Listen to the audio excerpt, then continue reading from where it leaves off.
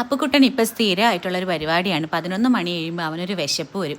ചെയ്തു കൊടുക്കൂല എന്ന് പറഞ്ഞാൽ ഇതാണ് അവസ്ഥ. കരഞ്ഞുകൊണ്ടേയിരിക്കും. പിള്ളേരുടെ വാശിക്ക് മുന്നിൽ നമ്മൾ തോറ്റു കൊടുത്താലല്ലേ പറ്റൂ. സമയം ഒന്ന് നോക്കിയാൽ മനസ്സിലാവും. 11 അവനോട് എപ്പോഴും പറയും 9 മണിക്ക് ശേഷം ഫുഡ് തരില്ല എന്ന്. പക്ഷെ ആര് കേൾക്കാൻ. അടുക്കളയിൽ ചെന്ന് നോക്കിയപ്പോൾ മാഗി മാത്രമേ ഉണ്ടായിരുന്നുള്ളൂ.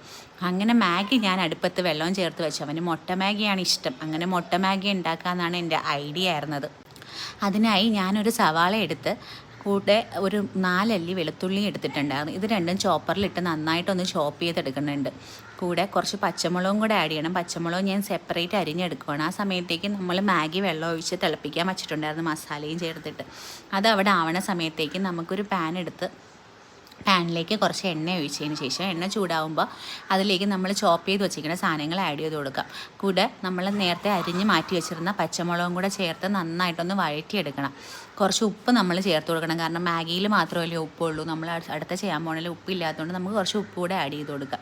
പിള്ളേരുടെ വാശിക്ക് മുന്നിൽ നമ്മൾ തോറ്റു കൊടുത്താലേ പറ്റുള്ളൂ. നമ്മൾ കുറച്ച് സാക്രിഫൈസ് ചെയ്യേണ്ടി വരും. കാരണം വിശക്കണമല്ലേ അവൻ ചോദിക്കണേന്ന് പിന്നെ വിചാരിക്കും. പാവം തോന്നാറുണ്ട്. വിശന്ന് കരയുമ്പോൾ പിള്ളേരെ നമ്മൾ സങ്കടപ്പെടുത്തി ഉറക്കണ ശരിയല്ലല്ലോ. അങ്ങനെ ഇത് ഏതാണ്ട് ഒരു ഗോൾഡൻ ബ്രൗൺ കളറിലേക്ക് വഴന്ന് വരുമ്പോൾ നമ്മൾ 2 മുട്ട അടിച്ച് മാറ്റി വെച്ചിട്ടുണ്ടായിരുന്നു. നമ്മൾ ആ സമയം ആകുമ്പോഴത്തേക്ക് ഈ അടിച്ച് വെച്ചേക്കണ മുട്ട ഇതിലേക്ക് ആഡ് ചെയ്ത് കൊടുക്കണം. അങ്ങനെ അപ്പുക്കുട്ടന് മുട്ടയെന്ന് പറഞ്ഞാൽ ഭയങ്കര ഇഷ്ടമാണ്. അങ്ങനെ അതുകൊണ്ട് ഞാൻ 2 മുട്ട എടുത്തു. ഇല്ലെങ്കിൽ ഒരു മുട്ട ആയാലും മതിയാവും.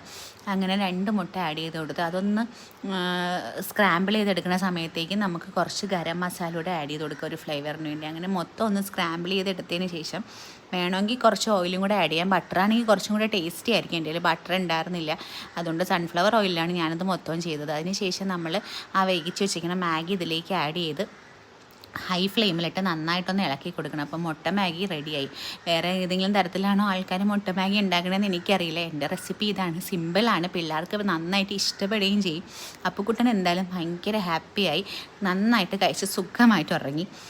ഞാൻ ഹാപ്പിയായി, പാവമല്ലേ. പിന്നെ ക്ഷീണം ഉണ്ടാകുന്നതുകൊണ്ട് ഞാൻ പോയി പെട്ടെന്ന് തന്നെ ഉറങ്ങാൻ കിടന്നു. അപ്പോൾ ഇത്രയേ ഉള്ളൂ. ഇഷ്ടപ്പെട്ട ലൈക്ക് ചെയ്യണേ, ഷെയർ ചെയ്യാൻ മറക്കല്ലേ, സബ്സ്ക്രൈബ് ചെയ്യാനും. ബായ്.